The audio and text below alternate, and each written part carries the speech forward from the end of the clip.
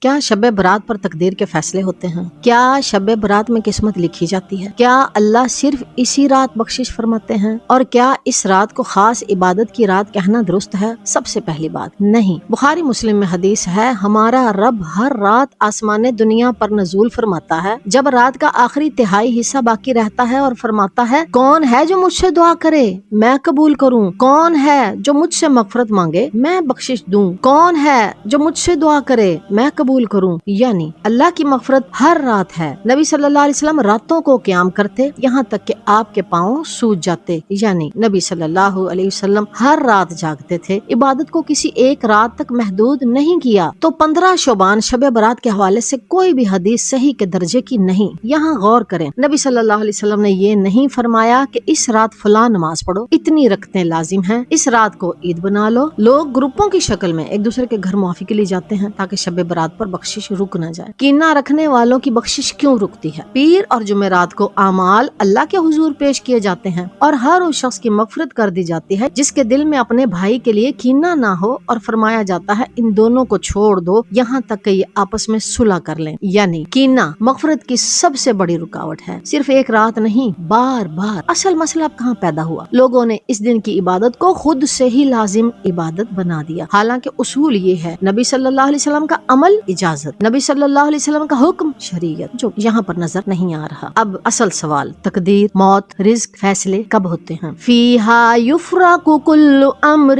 حکیم امرا من عندنا، اسی رات میں ہر حکمت والا معاملہ ہمارے حکم سے الگ الگ کر دیا جاتا ہے۔ سورۃ الدخان، اور یہ آیت لیلۃ القدر کے بارے میں ہے۔ اس رات سال بھر کے فیصلے، موت اور زندگی، رزق، ذمہ داریاں فرشتوں کے حوالے کیے جاتے ہیں۔ یہ سب باتیں 15 شعبان کے بارے میں قرآن یا صحیح حدیث سے ثابت نہیں، تو پھر صرف شب برات میں نہیں بلکہ ہر رات ہمیں چاہیے کہ توبہ کریں، استغفار کریں، دل صاف کریں، اگر جاگ جائیں تو نفل پڑھیں، مگر شب برات پر خصوصاً یہ نہ سمجھیں کہ یہ لازم ہے، نہ کیا تو نقصان ہو جائے گا، اسی رات سب کچھ بدل جاتا ہے۔ جو شب برات پر نہ جاگے، صبح روزہ نہ رکھے اور کھیر نہ پکائے، وہ مسلمان ہی نہیں، نعوذ باللہ۔ میرے پوری دنیا میں بسنے والے مسلمان، خصوصاً پاکستان، ترکی، بنگلہ دیش اور ہندوستان کے مسلمان، اللہ کی بخشش ہر رات ہے۔ رسول اللہ صلی اللہ علیہ وسلم ہر رات جاگتے تھے۔ کینہ